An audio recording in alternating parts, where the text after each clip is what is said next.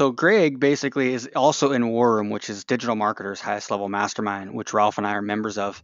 And he's obviously, you hear the accent. Ralph, if you don't know, I mean, I'm sorry, Greg, if you don't know who he is, he's from Australia, and he can give you his little background if he wants. But basically, he's done has a similar path as us, where he had an agency where were doing everything from traffic and conversion, managing traffic campaigns, managing design, website design, you name it. And now they focus mostly on coaching and helping people with just conversion optimization, driving traffic into their funnel, optimizing their the whole 9 yards. Okay, this webinar is around maximizing website visitor value, but I mean, Greg is um, he's an expert at traffic. He's an expert at conversion. He's an expert at web design. He's got a lot of experience in like the info marketing side of business, but also in the e-commerce side of the world too. So for those of you that are in e-commerce, feel free to shoot any questions you have. He's got full presentations on that, even though we're not going to be Yeah. touching on that as much today. But if And you do if you have want, questions on, yeah, go ahead. we can always come back and do another session where we do a deep dive on e-commerce because we're working with 20 or 30 e-commerce stores, at any one time and figuring a whole bunch of stuff out. And we just did a session, a traffic and conversion summit recently that was really well received, which was the profit tree out of e-commerce. So if you've got folks that are interested in that, we're happy to come back and help again at some stage down the track if it's of value. Okay, cool, very cool. Um, okay, awesome. So, well, I think let's get right into it. First of all, thanks a lot for doing this. I appreciate it. Um, Time zones are tough, but let's go ahead and get right into it. So, cool. All right, cool. Excellent, excellent. Well, so this session is really about how to maximize website visitor value, and we'll define what website visitor value is in a moment. So I spoke a little bit about we're not really going to go a deep dive into e-commerce because it's sort of like its own beast in itself. So what we're really covering is sort of your main authority type site, whether it's your blog site or the site for your business, that kind of thing, and we can do e-commerce at a later date. But we do have some e-commerce elements in here. What we're talking about is, as business owners and entrepreneurs, obviously we need to create rapport, we need to build value for our prospects, but ultimately we need to turn them from leads and prospects into customers, and then we need to obviously monetize them as well as possible.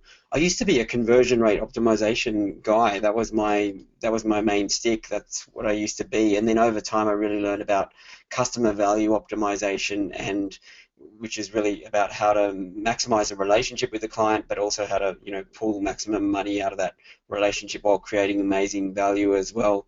And Keith mentioned earlier that we used to run an agency, and we did that for about 6 years. We were very much a leading direct response marketing agency, in this country, and a lot of multimillionaire type people as our clients. So we got to see behind the scenes of a lot of businesses.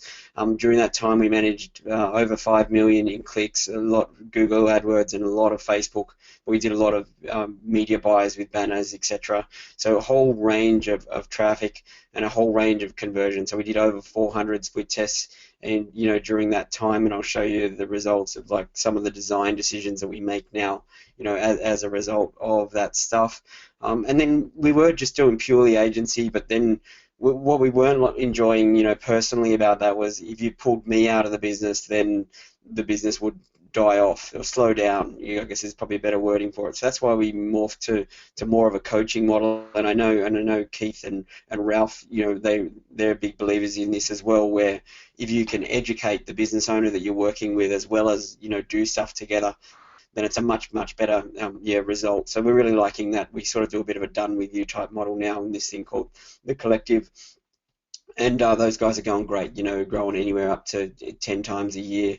We've really got focused on, you see there my title, Digital Marketing Profit Strategist. So I used to be really focused all about sales, and now I'm a lot more focused on profit. And I've done a lot of work in the financial IQ state area recently, and one thing that I really learned in that space was, profit is actually only a theory and cash is the fact. So you really want to be building cash in your business. That's what we focus on. So let's dive right into it now with visitor value. What you're going to find is we're going to cover a whole bunch of things really fast, and like I said, happy to come back at any time, as many times as you guys want to go deep dive in anything, because to increase visitor value, and here's the formula for visitor value. It's actually the number of sales, times the price of those sales.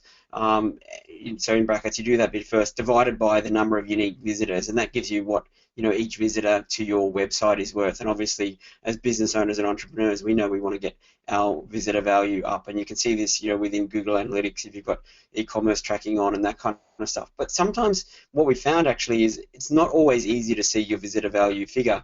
So it might be really, really easy if you're an e-commerce store, because you can say, I sold that widget, for $6, that widget for $60, that widget for $600, that kind of thing, and it all added up as this, and that was the number of, visitors that I had.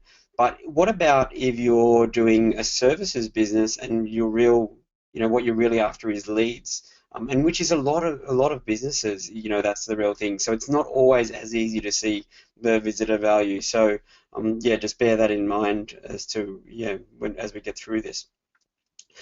So remember I said I used to be a conversion optimization expert, and now I'm all about customer value optimization. One of the things we've found with working in over 300 businesses now is that everyone wants to focus on the traffic first. Let's ramp up the traffic. Let's ramp up the traffic. Let's ramp up the traffic. That kind of thing. But what we've found is it actually makes sense to increase the conversion of the website, of the landing pages, and you'll see sort of a little bit of a system about going about this, as we get into it.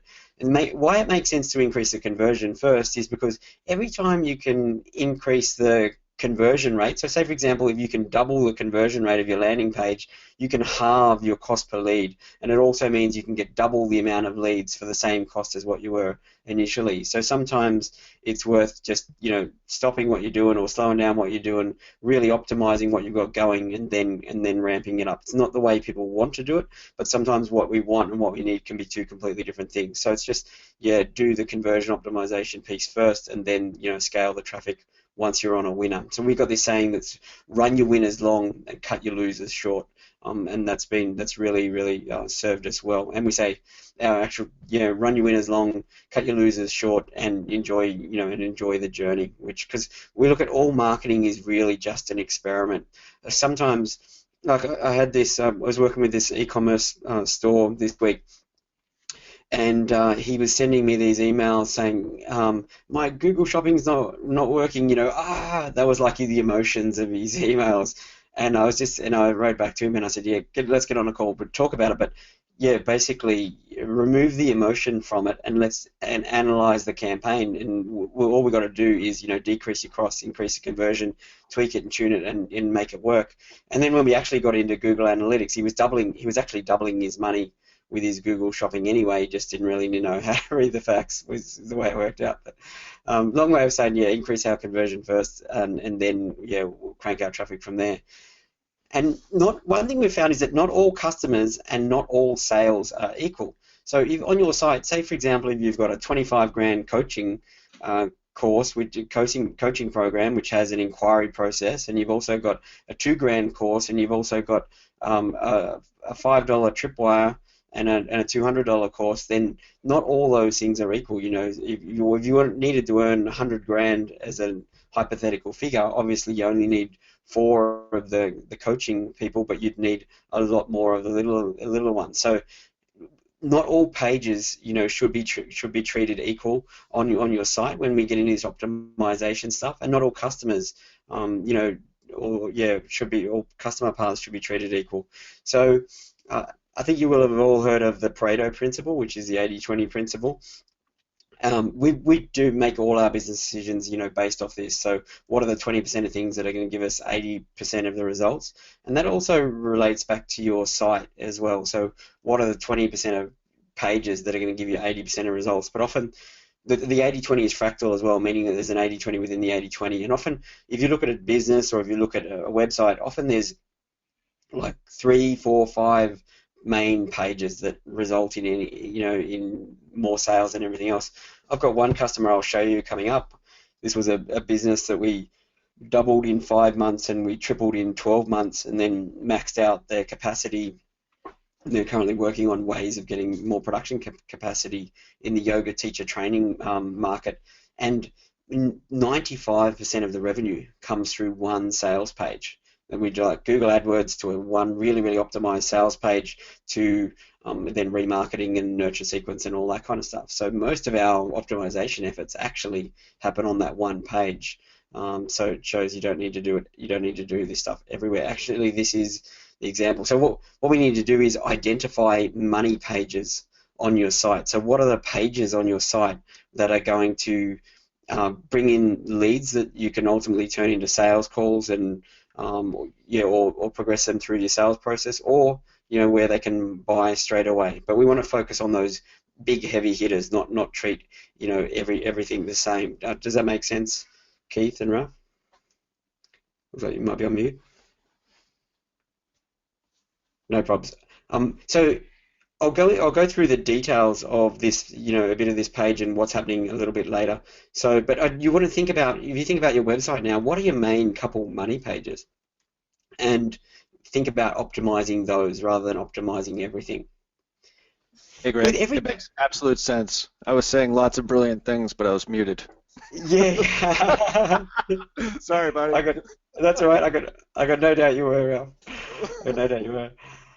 Okay, cool. Yeah, I was just making sure that I was making sense. Okay, cool. And then the other thing that we really think about is every single page on your site, whether it's a home page, a category page, a product page, a blog page, what is the primary course of action that you want the site visitor to take on that page?